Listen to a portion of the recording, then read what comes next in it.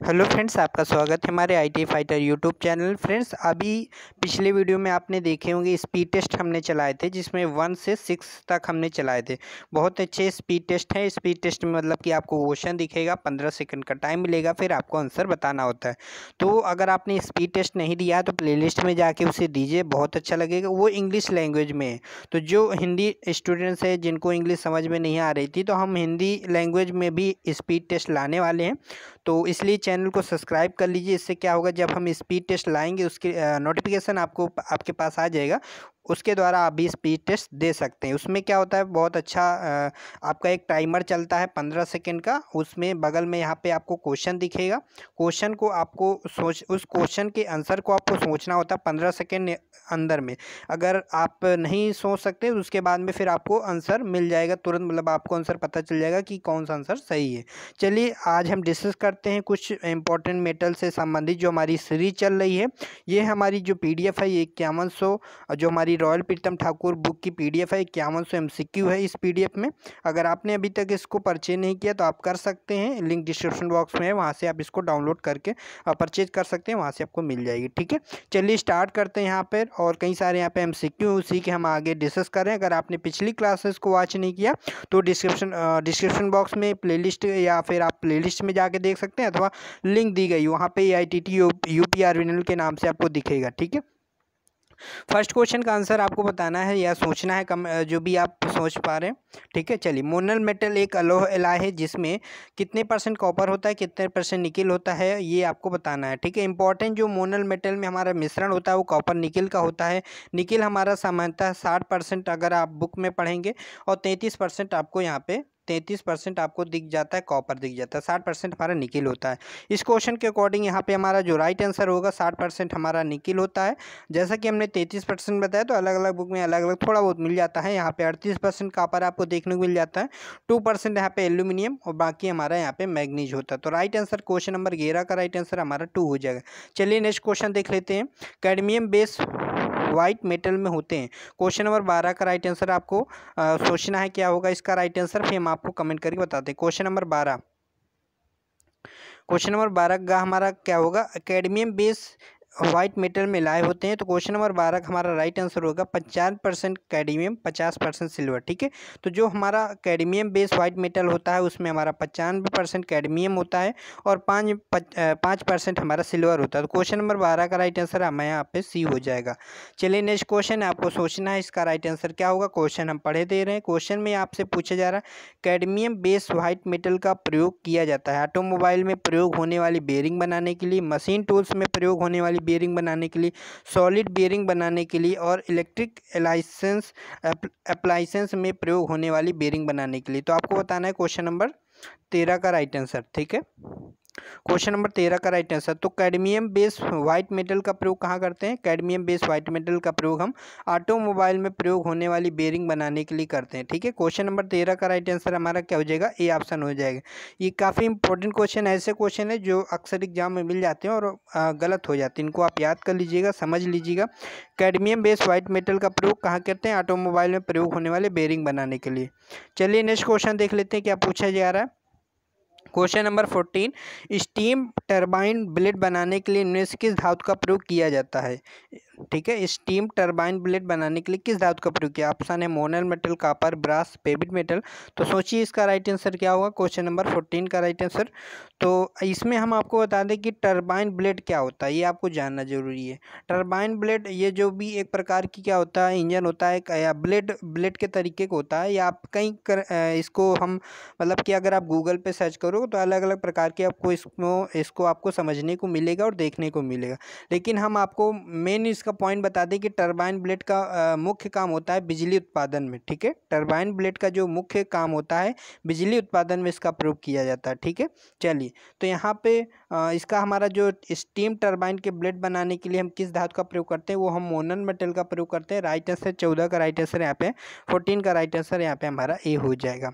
Next question, question number 15 का आपको answer सोचना है, क्या आंसर हो सकता है। एप्लायंसेस में रेजिस्टेंस वायरों की तरह निम्न में से किस धातु का प्रयोग किया जाता है? ऑप्शन है ब्रास, नाइक्रोम, टिन, माइलिस्ट। क्वेश्चन नंबर 15 का राइट आंसर बताना है। तो क्वेश्चन नंबर 15 का हमारा राइट आंसर हो जाएगा नाइक्रोम। ठीक है, जो भी हमारे बिजली से संबंधित होते हैं वो हमारे नाइक्रोम के बनाए जाते हैं। इलेक्ट्रिकल एप्लायंसेस में रजिस्टर वायरों की तरह निम्न की धातु का प्रयोग किया था, वहाँ पर हम नाइक्रोम का प्रयोग करते हैं। नेक्स्ट क्वेश्चन है जो इम्पोर्टेंट क्वेश्चन नंबर 16। हिंडोलियम में कॉपर की लगभग मात्रा होती है। हिंडोलियम क्या होता है ये आपको जानना जरूरी है। जैसा कि हमने पिछले वीडियो में भी हमने आपको कुछ बताए थे कि हिंडोलियम होते हैं, ड्यूरेलियम होते हैं, ये हमारे एल्यूमिनियम के एलॉय होते हैं। तो जैसे हिंडोलियम हमारा एल्यूमिनियम के एलॉय है, इसी प्रकार से हम 3 इंपॉर्टेंट और आपको एलॉय बता देते हैं। आप ध्यान से सुनिएगा, 3 इंपॉर्टेंट हम और यहाँ पे आपको बता देते हैं। नंबर 1 है हमारा ड्यूरेलियम, ये भी हमारा किसका है? ये हमारा एल्यूमिनियम के एलॉय। ठीक है, दूसरा पॉइंट हमारा है वाई एलॉय। ठीक है, वाई एलॉय। देखिए इनके अलग अलग कार्य, इनको हम कार्य भी यहाँ पर बताएं क्योंकि यहाँ से एग्जाम में आ जाते हैं। तीसरा है हमारा आर एलॉय। ठीक है, आर एलॉय, ये हमारे क्या है? ये हमारे एल्यूमिनियम के एलॉय। कौन कौन से? नंबर 1 है हमारे ड्यूरेलियम, दूसरा क्या? Y alloy. अब देखिए वाई एलॉय से क्वेश्चन बनता है, वो भी हम आगे आपको बताएंगे। R alloy. ठीक है, अब इनके बारे में क्या पूछा जाता है? इनका यूज कहाँ करते हैं, ये एग्जाम में पूछा जाता है। ठीक है, जो ड्यूरेलियम होता है उसमें सबसे ज़्यादा हमारा एल्यूमिनियम होता है ना। एल्यूमिनियम कितना होता है इसमें? 84% हमारा ड्यूरेलियम में एल्यूमिनियम होता है। ठीक है, इसका प्रयोग कहाँ करते हैं? इसका प्रयोग हम हवाई जहाज़ के पार्ट बनाने में करते हैं। दूसरा है हमारा वाई एलॉय। एक क्वेश्चन आता है कि वाई एलॉय का प्रयोग कहाँ करते हैं, ये क्वेश्चन दे दिया जाता है। इंजन के पिस्टन किसके बनाए जाते हैं? तो वाई एलॉय जो होते हैं इसका प्रयोग हम इंजन के पिस्टन बनाने में प्रयोग करते हैं। वेरी इंपॉर्टेंट है, इंजन के पिस्टन बनाने में इसका प्रयोग करते हैं। दूसरा है आर एलॉय का प्रयोग कहाँ करते हैं? इसका प्रयोग ऑटोमोबाइल के पार्ट बनाने में करते हैं। ये चीज़ें ध्यान से सुनिएगा, सच में ऐसे ही क्वेश्चन एग्जाम में आपको देखने को मिल जाते हैं और आगे भी जब MCQ कराएंगे इससे रिलेटेड पूछेगा क्वेश्चन कि वाई एलॉय का प्रयोग कहाँ करते हैं? इंजन के पिस्टन बनाने में करते हैं। ठीक है, इंजन के पिस्टन बनाने में वाई एलॉय का प्रयोग करते हैं। आर एलॉय का प्रयोग कहाँ करते हैं?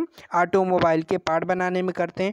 ड्यूरेलियम का प्रयोग कहाँ करते हैं? इसका प्रयोग हम हवाई जहाज के पार्ट बनाने में करते हैं। इसमें हमारा 84% एल्यूमिनियम होता है। ये हमारे सारे क्या थे? एल्यूमिनियम के हमारे एलॉय थे। ठीक है, और भी इम्पोर्टेंट एलॉय होते हैं, उनकी जितने भी एलॉय है जो इम्पोर्टेंट एलॉय हैं उनका हम डिस्क्रिप्शन बॉक्स में वहाँ पे हमने टाइप करके आपको दे दिया है, वहाँ से आप देख लीजिएगा। तो वो भी और भी इम्पोर्टेंट कि हिंडोलियम और ड्यूरेलियम में क्या क्या होता है, इससे रिलेटेड एलेनिको एक आता है, उससे रिलेटेड क्वेश्चन आता है, एलेनिको में क्या क्या होता है, वो भी वहाँ पे मिश्रण हमने डिस्क्रिप्शन बॉक्स में दे दिया है, उसे आप जरूर पढ़िएगा, उसे जरूर देखिएगा। ठीक है, तो हिंडोलियम में कॉपर की लगभग मात्रा होती है, यहाँ पे पूछा गया था। क्वेश्चन नंबर 16 का राइट आंसर यहाँ पे हो जाएगा हमारा 5%। देखिए जो हिंडोलियम में अगर आप बुक वगैरह देखेंगे या तो आपको 3.5 से 4.5% ड्यूरेलियम में भी आपको देखने को मिल जाता है, हिंडोलियम में भी देखने को मिल जाता है कॉपर की मात्रा। ठीक है, तो राइट आंसर यहाँ पे हमारा 5% हो जाएगा। क्वेश्चन नंबर 17 देख लेते हैं, क्या हमसे पूछा जा रहा है। क्वेश्चन नंबर 17, बिजली के केबल तथा हवाई जहाज के निर्माण में किस धातु का प्रयोग नहीं किया जाता? क्वेश्चन नंबर 17 का राइट आंसर क्या हो जाएगा? बिजली के केबल तथा हवाई जहाज के निर्माण में किस धातु का प्रयोग नहीं किया जाता, ये बताना है। क्या किया नहीं किया जाता है ना? तो ड्यूरेलियम का बिल्कुल करते हैं, है ना, हिंडोलियम का भी प्रयोग करते हैं, एल्यूमिनियम का भी प्रयोग करते हैं। जैसा कि हमने बताया था कि एल्यूमिनियम के जो भी एलॉय होते हैं जिसमें सबसे ज़्यादा हम ड्यूरेलियम का प्रयोग करते हैं हवाई जहाज के निर्माण में, और शुद्ध एल्यूमिनियम का प्रयोग नहीं करते हैं। भी क्वेश्चन आया था, शुद्ध एल्यूमिनियम का प्रयोग इसलिए नहीं करते हैं हवाई जहाज या इलेक्ट्रिक चीज़ों में, वहाँ इसलिए क्योंकि उसमें हमारी स्ट्रेंथ कम होती है ना। कल ही क्वेश्चन आया था कि शुद्ध एल्यूमिनियम का प्रयोग इंजीनियरिंग कार्यों में क्यों नहीं किया था? क्योंकि इसकी स्ट्रेंथ जो है, जो एल्यूमिनियम की स्ट्रेंथ है वो हमारी कम होती, याद रखिएगा। इस टाइप का क्वेश्चन आपको देखने को मिल जाता है। राइट आंसर यहाँ पे हमारा हो जाएगा बी ऑप्शन हो जाएगा, तो इसका हम प्रयोग नहीं करते हैं। ठीक है, चलिए नेक्स्ट क्वेश्चन नंबर 18 में क्या पूछा जा रहा है? निम्न में से किस धातु का प्रयोग किस सिक्के व आभूषण बनाने के लिए किया जाता है? Lead, zinc, copper, German silver. तो क्वेश्चन नंबर 18 का राइट आंसर सोचिए क्या हो सकता है और कमेंट करके आप बता भी सकते हैं, जो आपका पब्लिक कमेंट होता है वहाँ पर। ठीक है, क्वेश्चन नंबर 18 का राइट आंसर बताइए। अगर सोचिए क्या हो सकता है, तो आपने सोच लिया होगा। निम्नलिखित धातु का प्रयोग सिक्के और भूषण बनाने के लिए करते हैं, तो हम जर्मन सिल्वर का प्रयोग करते हैं। ठीक है, तो राइट आंसर हमारा यहाँ पे डी ऑप्शन हो जाएगा। चलिए नेक्स्ट क्वेश्चन देख लेते हैं। नेक्स्ट क्वेश्चन हमसे क्या पूछा जा रहा है, निम्न में से किस धातु का प्रयोग इलेक्ट्रोप्लेटिंग के लिए किया जाता है। क्वेश्चन नंबर 19 का राइट आंसर आपको बताना है। क्वेश्चन नंबर 19 का राइट आंसर आपको सोचना है। तो क्वेश्चन नंबर 19 का राइट आंसर हमारा निम्न किस धातु का प्रयोग इलेक्ट्रोप्लेटिंग के लिए करते हैं। इलेक्ट्रोप्लेटिंग के लिए हम निकल का प्रयोग करते हैं। राइट आंसर यहाँ पे 19 का ही हो जाएगा। ठीक है, चलिए नेक्स्ट क्वेश्चन देख लेते हैं। नेक्स्ट क्वेश्चन हमसे क्या पूछा है, निम्न किस धातु का प्रयोग लोहे की जाबों पर टिनिंग करने के लिए किया था। क्वेश्चन नंबर 20 का राइट आंसर आपको सोचना है। क्वेश्चन नंबर 20 का राइट आंसर क्या होगा, और कमेंट करके आपको बताना कि आज के इस वीडियो में, इस क्लास में हमारे कितने क्वेश्चन सही हुए। यहाँ पे हम टोटल 20 क्वेश्चन हम कराने वाले हैं, और आपको कमेंट करके बताना है कि अगर आपके 15 क्वेश्चन सही हुए तो आपको 15/20 लिखना है। ठीक है, अगर आपके 18 सही हुए तो 18/20, इस प्रकार से आपको कमेंट करके अपना स्कोर लिखना है। तो निम्न से किस धातु का प्रयोग लोहे के जाबों पर टिनिंग करने के लिए किया जाता है। तो लोहे की जाबों पर टिनिंग, जब टिनिंग शब्द बोला हो क्वेश्चन में, तो टिनिंग करने के लिए वहाँ पे हम टिन का प्रयोग करते हैं। अगर गैल्वेनाइजिंग बोलता है तो वहाँ पर हम जिंक का प्रयोग करते हैं। ठीक है, राइट आंसर क्वेश्चन नंबर 20 का राइट आंसर यहाँ पे हमारा बी हो जाएगा। नेक्स्ट क्वेश्चन, निम्न से कौन सी धातु विद्युत तथा ताप की अच्छी सुचालक है। बहुत अच्छा क्वेश्चन है, काफ़ी एग्जामों में पूछा जाता है। निम्न से कौन सी धातु विद्युत तथा ताप की अच्छी सुचालक है, वो हमारी कॉपर है। राइट आंसर 21 का हमारा यहाँ पे ए हो जाएगा। ठीक है, तो यहाँ पे क्वेश्चन नंबर 21 का राइट आंसर यहाँ पे क्या हो जाएगा, वह कौन सी धातु है जो विद्युत ताप की अच्छी सुचालक है, हमारी कॉपर होती है। राइट आंसर यहाँ पे हो जाएगा। अगर किसी क्वेश्चन में अगर आपको डाउट लगता है तो आप कमेंट करके बता सकते हैं। ठीक है, चलिए नेक्स्ट क्वेश्चन देख लेते हैं। नेक्स्ट क्वेश्चन है हमारा, स्टेनलेस स्टील के मुख्य मिश्रण तत्व है। स्टेनलेस स्टील में हमने बहुत बार बताया कि आपका स्टेनलेस स्टील में निकिल और क्रोमियम पाया जाता है, जिसमें हमने बताया था कि जो हमारा नाम से बड़ा है उसमें ज़्यादा मात्रा होती है। तो 18% हमारी क्रोमियम है, नाम से बड़ा। निकिल हमारा छोटा, 8% हमारा निकिल। तो क्वेश्चन नंबर 22 का राइट आंसर यहाँ पे हमारा ए हो जाएगा। चलिए नेक्स्ट क्वेश्चन देख लेते हैं। नेक्स्ट क्वेश्चन हमसे क्या पूछा जा रहा है, इनवारी स्टील में निकिल की मात्रा कितनी होती है। तो 35% निकिल वाली स्टील को हम इनवारी स्टील बोलते हैं, आपको सबको पता होगा। तो क्वेश्चन नंबर 23 का राइट आंसर आप सोचिए क्या हो सकता है। तो यहाँ पे 35% नहीं दिया, तो उसके नज़दीक हमारा 36% हो जाएगा। इनवारी स्टील में निकिल की मात्रा हमारी होती 36%। राइट आंसर है यहाँ पे हमारा सी हो जाएगा। एंटीमनी का गलनांक कितना होता है। ऑप्शन है 634 degree centigrade, 648 degree centigrade, 327, 230। Question number 24 का राइट आंसर आपको बताना है, सोचना है क्या होगा। तो एंटीमनी का हमारा मेल्टिंग पॉइंट कितना होता है। एंटीमनी का हमारा मेल्टिंग पॉइंट 634 डिग्री सेंटीग्रेड होता है। ठीक है, राइट आंसर यहाँ पे हमारा ए हो जाएगा। नेक्स्ट क्वेश्चन, इनमें से बिल मेटल किसका एलॉय है। तो बिल मेटल किसका एलॉय आपको बताना है। बिल मेटल क्या होता है, और हम बता दें, इस मेटल में हमारा एक गुण होता है। इसमें गुण क्या होता है, इसमें हमारा बजने का गुण होता है। मतलब कि अगर ये पूछे कि किस मेटल में हमारा वह कौन सी धातु है जिसमें हमारा बजने का गुण होता है, मतलब कि रिंगिंग क्वालिटी होती है, तो वहाँ पर हमारी बिल मेटल होती है। कौन सी होती है, बिल मेटल। तो बिल मेटल में क्या क्या कंपोजिशन रहता है, क्या क्या उसमें पाया जाता है, ये आपको बताना है। तो बिल मेटल में हमारा सामान्यतः हमारा टिन होता है और कॉपर होता है। ठीक है, चलिए यहाँ पे क्वेश्चन के अकॉर्डिंग देख लेते हैं क्या ऑप्शन दिया गया है। Copper zinc, lead tin zinc, zinc tin, copper tin. तो क्वेश्चन नंबर 25 का राइट आंसर आप सोच सकते हैं, कमेंट में बता भी सकते हैं। निम्न से बिल मेटल किसका कहला है। बिल मेटल हमारा कॉपर टिन कहला है। कॉपर और टिन इसमें कितना होता है, तो टिन हमारा जो होता है 70 से 75%। ठीक है, 70 से 75% हमारा बिल मेटल में होता है। ठीक है, 70 से 75% हमारा टिन होता है। ठीक है, इसके बाद कॉपर हमारा कितना होता है बिल मेटल में। तो कॉपर हमारा जितना बचेगा, अगर हमारा 75% है तो बाकी जितना बचेगा वो हमारा कॉपर होता है। चलिए नेक्स्ट क्वेश्चन है। नेक्स्ट क्वेश्चन हमसे पूछा गया, लेड और टिन को मिलाकर सोल्डर बनाया जाता है, जिसका अनुपात कितना होता है। तो लेड और टिन को मिलाकर हमारा सोल्डर बनाया जाता है, बिल्कुल सही बात है। क्वेश्चन नंबर 26 का राइट आंसर क्या हो सकता है। क्वेश्चन नंबर 26 का राइट आंसर यहाँ पे हमारा कमेंट करके आप बता भी सकते हैं, सोच भी सकते हैं। जितना आपके क्वेश्चन सही हो आप कमेंट करके जरूर बताइएगा। क्वेश्चन नंबर 26 का राइट आंसर ये आपको कमेंट करके बताना है। जो स्टूडेंट्स जो फ्रेंड्स हमारे इस क्वेश्चन को राइट आंसर बताएंगे उनके कमेंट को हम वहाँ पे पिन करेंगे या फिर उनके कमेंट को हार्ट दे देंगे, ठीक है। तो जिन स्टूडेंट का इस क्वेश्चन का राइट आंसर देंगे वहाँ पे इनका हम कमेंट को पिन कर देंगे या फिर हम हार्ट दे देंगे। चलिए नेक्स्ट क्वेश्चन नंबर 27 का राइट आंसर आपको बताना है। रेड ब्रास में कॉपर और जिंक का अनुपात होता है। तो रेड ब्रास जो होता है उसमें हमारा कॉपर और जिंक पाया जाता है। क्योंकि ब्रास है तो ब्रास में हमारा पीतल होता है। ब्रास मतलब क्या होता है? पीतल। और पीतल में हमारा कॉपर जिंक होता है। 27 का राइट आंसर क्या हो सकता है? 27 का हमारा राइट आंसर हो जाएगा यहाँ पे 85% कॉपर होता है और जिंक हमारा 15% होता है। क्वेश्चन नंबर 27 का राइट आंसर क्या हो जाएगा? ए। तो 85% हमारा कॉपर होता है रेड ब्रास में और 15% हमारा जिंक होता है। चलिए ठीक है, चलिए नेक्स्ट क्वेश्चन देख लेते हैं। वाई एलाई, देखिए आ गया क्वेश्चन। हमने अभी ऊपर ही बताया था, याद कराया था आपको कि एल्यूमिनियम के एलाई इंपॉर्टेंट एलाई कौन कौन से? ड्यूरेलिन है, दूसरा है वाई एलाई है, तीसरा क्या है? Are are ally. ड्यूरेलिन का प्रयोग कहाँ करते हैं? हवाई जहाज के पार्ट बनाने में। वाई एलाई का प्रयोग कहाँ करते हैं? इंजन के पिस्टन बनाने में। और जो आर आर एलाई है वो हमारा ऑटोमोबाइल के पार्ट बनाने में करते हैं। तो वाई एलाई का प्रयोग कहाँ करते हैं? स्पिंडल बनाने के लिए, इंजन के पिस्टन बनाने के लिए, बेरिंग बनाने के लिए, वर्महीन बनाने के लिए। तो हम प्रयोग करते हैं इंजन के पिस्टन बनाने के लिए। राइट आंसर यहाँ पे क्वेश्चन नंबर 28 का राइट आंसर यहाँ पे हमारा बी हो जाएगा। तो क्वेश्चन नंबर 29 देख लेते हैं, हमसे क्या पूछा जा रहा है।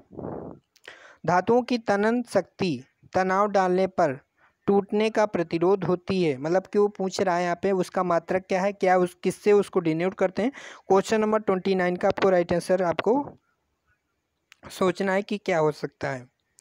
तो जो हमारा धातुओं की तनन शक्ति होती है उसका जो हमारा मात्रक होता है, टेंसाइल स्ट्रेंथ जो होता है वो हमारा उसका मात्रक होता है न्यूटन प्रति मीटर स्क्वायर, ठीक है, सॉरी न्यूटन प्रति एमएम स्क्वायर। तो यहाँ पे राइट आंसर यहाँ पे हमारा ए बी ऑप्शन हो जाएगा।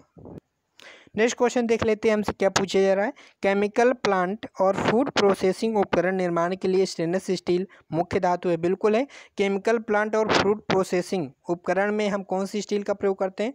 वहाँ पर हम स्टेनलेस स्टील का प्रयोग करते हैं। रीज़न ये है कि स्टेनलेस स्टील हमारी इसमें बिल्कुल जंग नहीं लगता, इसे हम बेजंग स्टील बोलते हैं, ठीक है। तो केमिकल प्लांट और फूड प्रोसेसिंग उपकरण निर्माण के लिए स्टेनलेस स्टील मुख्य धातु है क्योंकि इसमें उच्च कोरोजन रेजिस्टेंस होता है। तो यहाँ पर आपको बताना है क्योंकि इसमें किस वजह से इसमें हमारा उच्च कोरोजन रेजिस्टेंस होता है? अधिक नमी के प्रभाव पर, वायुमंडल के तापमान पर, बढ़े हुए तापमान पर, अधिक विद्युत करंट पर। क्वेश्चन नंबर 30 का राइट आंसर आपको 13 का क्वेश्चन आपको सोचना है क्या इसका राइट आंसर होगा। तो यहाँ पे हमारा वायुमंडलीय तापमान राइट आंसर है, यहाँ पे हमारा यहाँ पे बढ़े हुए तापमान हमारा राइट आंसर है, यहाँ पे हमारा सी हो जाएगा, ठीक है। तो केमिकल प्लांट और फूड प्रोसेसिंग उपकरण निर्माण के लिए स्टेनलेस स्टील हमारी क्या मुख्य धातु है क्योंकि इसमें उच्च कोरोजन रेजिस्टेंस होता है। तो राइट आंसर यहाँ पे हमारा बढ़े हुए तापमान पर, राइट आंसर यहाँ पे हमारा सी हो जाएगा। चलिए जितने भी आपके क्वेश्चन सही हुए हैं आप कमेंट करके बताइएगा अपना स्कोर बताइएगा कमेंट करके, ठीक है। आज के इस वीडियो में बस इतना ही रखते हैं। टोटल क्वेश्चन हमने यहाँ पे 20 डिस्कस किए हैं। कल जो बाकी इसमें इस चैप्टर से जो भी क्वेश्चन रहेगा वो कल के वीडियो हम यहाँ पे डिस्कस करेंगे। तो आज के इस वीडियो में बस इतना ही। तो सभी से गुड नाइट, बाय बाय। और इस चैनल को ज़रूर सब्सक्राइब कीजिए अगर आप पहली बार विजिट कर रहे हैं। और इस वीडियो अगर आपको पसंद है तो वीडियो को लाइक कीजिएगा, कमेंट करके बताइएगा आपको वीडियो कैसा लगा है।